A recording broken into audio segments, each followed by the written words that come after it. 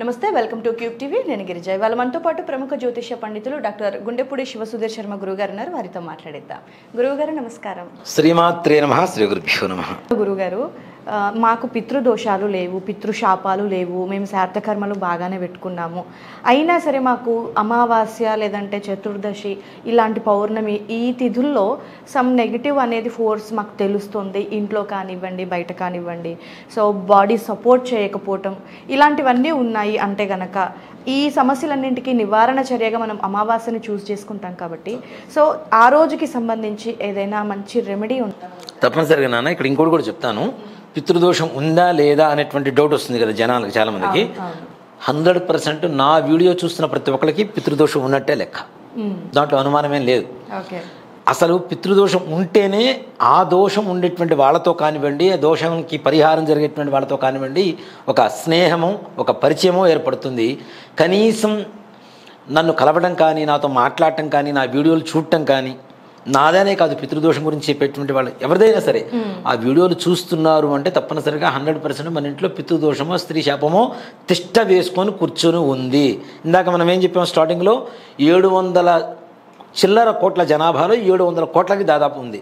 అందులో ముఖ్యంగా మన భారతీయుల్లో 100లో 99.5% జనాభాకు ఉంది. దాంట్లో అనుమానమేం లేదు. కాబట్టి ఎవరైనా చేయించుకోవచ్చు. అలా కాకుండా మీరు అడుగుతున్నట్టుగా ఏదైతే శారీరకమైనటువంటి దృఢత్వం లేకపోవటం, మెంటల్గా వీక్ అయిపోవటం, నిజంగా చెప్పాలంటే నాన్న ఈ రోజుల్లో పక్కవాడు బాగుంటే చూడలేనటువంటి పరిస్థితులు. ఖచ్చితంగా నాకు ఈ మధ్యకాలంలో నా దగ్గరకు వచ్చినటువంటి జనాభా ఏంటంటే, ఎవరో మా మీద ప్రయోగం చేస్తున్నారు, ఎవరో ఏదో చేస్తున్నారు. అంత దేనికి నాన్న, సింపుల్గా చెప్తా, నా మీదనే ప్రయోగాలకి ప్రయత్నం జరిగింది ఒక 4 రోజుల క్రితం, మన పౌర్ణమి రోజున. రీసెంట్ మొన్న పౌర్ణమి 12వ తారీఖున. నాకేంటి, నేను జపంలో కూర్చున్నప్పుడు రాత్రిపూట జపం చేసుకుంటూ కూర్చుంటాను. నేను చేసుకునేది ప్రత్యంగిరా, వారాహి ఇట్లాంటి జపాలు చేస్తుంటాం కాబట్టి రాత్రిపూట జపాలు చేస్తుంటాను. రాత్రి 12-12:30 వరకు ఈ జాతకాలు, ఫోన్లు ఇవన్నీ మాట్లాడి అప్పుడు స్నానం చేసి కూర్చుంటా జపానికి. కూర్చుంటే నాకు సుస్పష్టంగా ఎవరు చేశారు, ఎక్కడ చేశారు, ఏ రకమైనటువంటి మంత్రం తంత్రం అనేది సుస్పష్టంగా కనపడుతూనే ఉంది. అంటే ఘోష. ఇప్పుడు చేశారు, దానికి ఎవరేమేం చేయలేము. కానీ అది నా దాకా వస్తుందా రాదా అనేది నాకు తెలుసు. చేసిన వాళ్ళకి అర్థమైపోయి ఉండాలి ఈ పాటికి, వీడి దాకా పోదు ఇది చేయటం అనవసరమైనటువంటి వృధా అని చెప్పి చాలామందికి తెలిసి ఉండాలి చేసిన వాళ్ళకి 100%. సో ఇలాంటివన్నీ కూడా నాన్న ఘోష. ఎదురువాడు బాగుంటే చూడలేనటువంటి బాధ. ఇక్కడ మన దగ్గర డబ్బులు లేవు నాన్న, నేను బీదవాడిని, డబ్బులు లేవు. నా పక్కింటి వాడి దగ్గర డబ్బులు ఉంటే నాకు ఎప్పుడైనా నా మీద దయదలిచి 1 లక్ష రూపాయలు ఇస్తాడేమో. నేను బాగుండకపోతే పక్కవాడు కూడా బాగుంటే కష్టం అనుకుంటే కష్టం, తప్పు కదా. ఈ అసూయ ద్వేషాలు ఎక్కువగా ఉంటాయి. జలసి అంటాం కదా, ఈ జలసి ఎక్కువగా ఉంటుంది. ఇలాంటి వాటితో ప్రయోగ బాధలు ఎక్కువైపోయినాయి నాన్న. ఉన్నాయా ఇలాంటి రోజుల్లో కూడా అని చాలామందికి అనుమానం వస్తుంది. దేవుడు ఉంటే దయ్యం గ్యారంటీ. అమావాస్య ఉంటేనే పౌర్ణమి, అవునా? చీకటి వెలుగు, మంచి చెడు, దేవుడు దయ్యం 2 ఉంటాయి తప్పనిసరిగా. సైన్స్ పెరిగింది. సో నిజంగా ఇవి మూఢనమ్మకాలే ఉంటాయా, బ్లాక్ మ్యాజిక్ అనేది నిజంగా నిజమేనా అనే సందేహాలు ఇంకా ఉన్నాయి. బట్ అది అనుభవించే వాళ్ళకి మాత్రమే తెలుస్తుంది. ఆ పెయిన్ చూసే వాళ్ళకి అర్థం కాదు. సైన్స్ డెవలప్ అవ్వటం అంటే హిందూ ధర్మంలో ఒక మెట్టుకు మించి ఎక్కువగా ఎక్కేటువంటి పరిస్థితి సైన్స్కి లేదు. ఓకే, మన సనాతన ధర్మం, హిందూ ధర్మం, మన శాస్త్రాలు, మంత్రాలు ఏవైతే ఉన్నాయో అవన్నీ కూడాను శిఖరాగ్రంలో ఉంటాయి. ఆ శిఖరాగ్రాన్ని అందుకోవాలంటే మెట్లు ఎక్కాలి కదా. సైన్స్ ఇంతవరకు ఎక్కిన మెట్లు ఎన్ని అంటే మొట్టమొదటి మెట్టు మాత్రమే ఎక్కింది, అక్కడే ఆగిపోయింది. ఇంకా ఎక్కడానికి దాని ఛాన్స్ లేదు. దానికి ఒక బెస్ట్ ఎగ్జాంపుల్ చెప్తానన్న, శ్రీహరికోట. సైన్స్ అంటేనే మనం చెప్పుకునేది డిఆర్డిఎల్, రాకెట్స్, ఇవి చూద్దాం. ఓ మాట చెప్పాలంటే భారతదేశం ఇవాళ రోజున ప్రశాంతంగా ఉందంటే అలాంటి ప్రయోగాలే మన జరిగినటువంటి యుద్ధ వాతావరణంలో, అవునా? శ్రీహరికోటలో మిస్సైల్స్ ప్రయోగించడానికి ముహూర్తం పెట్టి అక్కడ ఉండేటువంటి సుంకాలమ్మ తల్లికి చీర, పసుపు, కుంకుమ, గాజులు ఇచ్చిన తర్వాతనే రాకెట్ ప్రయోగం చేస్తారు. మరి నీ సైన్స్ ఎంత డెవలప్ అయితే ఏమైంది అక్కడ అమ్మవారి ముందు? నిజమే గురువు గారు, అక్కడ మొక్కాక ఇక్కడ మొదలవుతుంది, అవునా? ముహూర్తం పెడతారు. అబ్దుల్ కలాం గారు, అసలు మనం మతం కాదు, మన ధర్మం కాదు, ఆయన కూడా ముహూర్తానికి ప్రాధాన్యత ఇచ్చే ముహూర్తం ద్వారానే రాకెట్స్, మిసైల్స్ ప్రయోగించేవాడు. మరి నీ సైన్స్ గొప్పదా, నా శాస్త్రం గొప్పదా? అక్కడ శాస్త్రం పుట్టాకే సైన్స్ కదా. శాస్త్రంలో one of the part science, నేను అదే చెప్తా. ఇప్పుడు ఇతర దేశస్తులు మన వేదాల మీద, శాస్త్రాల మీద రీసెర్చ్ చేస్తున్నారు. చేసిన తర్వాత వన్స్ ఒక్కసారి ఇటు వచ్చారు అంటే అటు వెళ్ళటల్లా, సైన్స్ జోలికి పోవటల్లా. ఎంతసేపటికి అసలు దీనంతా సైన్స్ ఇంకెక్కడుందిరా అనేటువంటి దీంట్లోనే ఉండిపోతున్నారు తప్పితే ఎంతమంది సన్యాసులు అవుతున్నారు నాన్న, ఎంతమంది మన హిందూ ధర్మాన్ని పాటిస్తున్నారు. మనం తిరుమల కొండకి వెళ్తూ ఉంటే ఈ అమెరికన్స్, రష్యన్స్ వీళ్ళు కూర్చొని జపం చేసుకుంటుంటారు చక్కగా.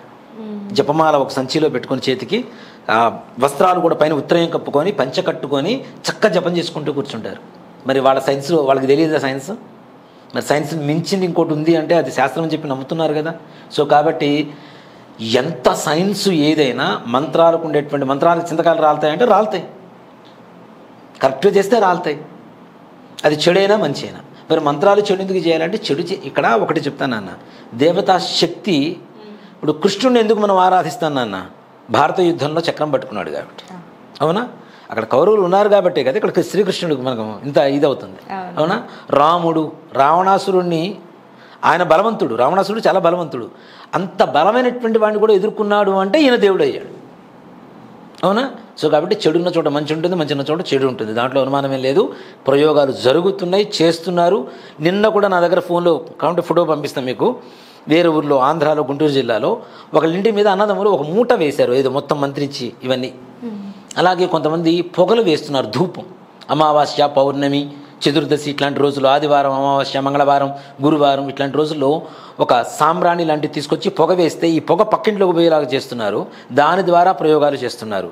అంటే జనాలకి చెప్తే వింతగా ఉంటుందేమో, ప్రయోగాలు చేయడం అనేటువంటిది ఎన్ని రకాలు ఉంటుందో తెలుసా నాన్న? మూషిక తంతు, ఎలుకతో ప్రయోగం చెయ్యవచ్చు. ఒక ఎలుకని ప్రయోగం చేసి పక్కింట్లోకి ప్రవేశించవచ్చు. పిల్లి, సింహం, పులి, కొబ్బరికాయ, నిమ్మకాయ, రాయితో కూడా ప్రయోగం చేయవచ్చు. చేసి పక్కింట్లో వేసేయడమే. పాషాణ తంతు అంటారు రాయితో చేసేదాన్ని. పాషాణం అంటే రాయి కదా, గుర్తించడం కష్టం కదా, కష్టం. రాయేస్తే న్యాచురల్ గా అనుకుంటాం అంతే. సో ఇన్ని విధాల ప్రయోగాలు ఉన్నాయి నాన్న.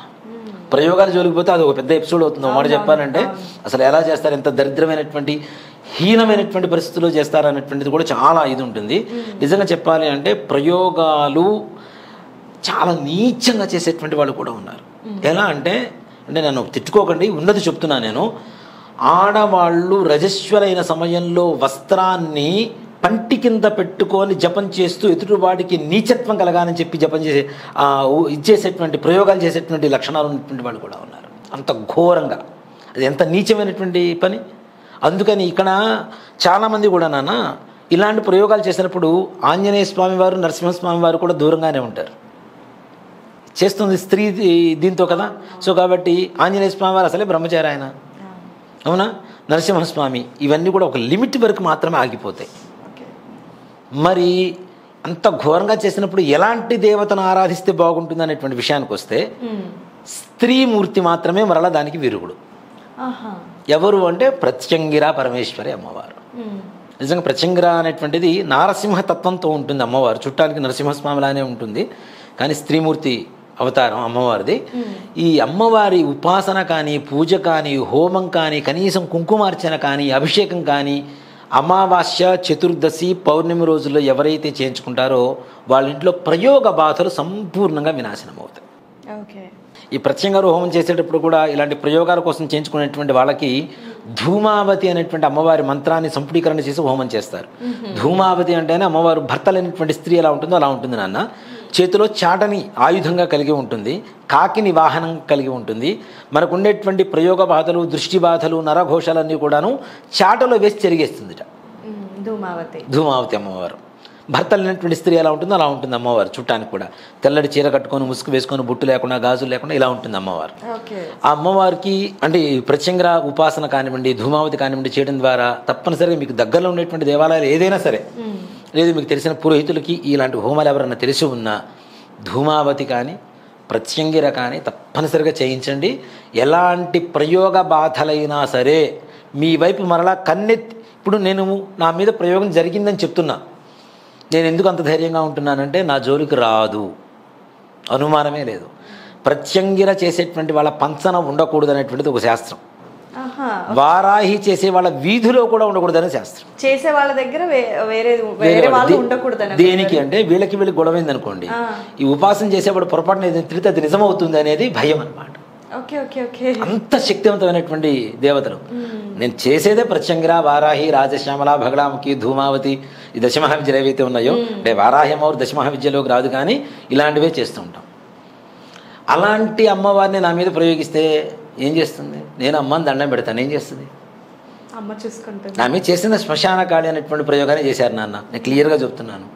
మీకు తెలిసిందా గురుగారు ఎవరు చేశారు? క్లియర్గా మంత్రంతో సహా ఎవరు చేశారు, ఎలాంటి మంత్రం లైక్ వినిపించిందా లేదంటే మనం అలా, మీరు జపంలో ఉన్నారు కదా, స్పష్టంగా వినపడుతుంటుంది, కనపడుతుంటుంది. ఎందుకు మోసం చేశారు అనేది కూడా తెలుస్తుంది నాన్న. ఓకే. అంటే ఎంత ఘోరంగా చేశారంటే మారణం కోసం చేశారు. చెప్తుంది క్లియర్గా, మరణయోగం మరణయోగం మరణయోగం అని.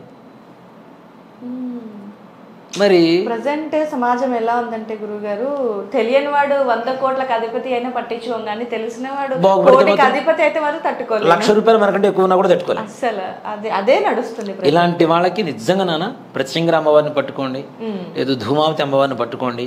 చక్కగా చాలా మంచి అంటే ప్రయోజనం ఉంటుంది, దానివల్ల ఫలితం ఉంటుంది మనకి. 100% ఒక రిలీఫ్ అనేది మాత్రం 100% జరుగుతుంది. ఓకే గురుగారు. సో గురుగారు, ప్రత్యంగిర అమ్మవారి హోమం కానీ ధూమావతి ఆరాధన చేయాలి అని రీసెంట్ డేస్లో నేను ఎక్కువగా వింటున్నాను. సో మరి ఇలాంటి పూజలు అమ్మవారికి సంబంధించి అర్చనలు, హోమాలు ఎక్కడ చేస్తారు, ఎలాంటి సమయంలో చేస్తారు, ఎవరైనా చేయించుకోవచ్చు అంటారా? నాన్న అందుబాటులో ఉండేటువంటి చేసేవాళ్ళు ఎవరైనా ఉంటే వాళ్ళతో చక్కగా చేయించుకోవచ్చు. లేదు అనుకుంటే మన స్క్రీన్ మీద కనబడుతున్న నెంబర్ కాంటాక్ట్ అయితే తప్పనిసరిగా మనది ఎట్లాగో హనుమత్ ప్రత్యంగిర వారాహ యజ్ఞస్థలి ఉంది మనది, అందులో దేవాలయం కూడా ఇంకా స్టార్ట్ చేసాం, ఇప్పుడు వర్క్ జరుగుతుంది. ఇంకా సంపూర్ణంగా త్రిశక్తి పీఠంగా మార్చాలని చెప్పి కూడా చూస్తున్నాం మనం.